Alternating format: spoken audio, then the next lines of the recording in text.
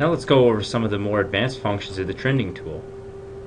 For the purposes of this demonstration, I will use the manual operation mode.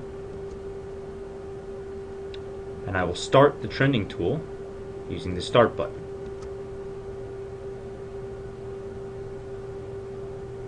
For example, move the actuator to a few different positions. Then using the buttons up top, you can see that I can freeze the view and stop the trend tool to further analyze what's on the screen. I can take that back to live. I can then zoom in and zoom out with these two buttons, changing the time scale on the x-axis.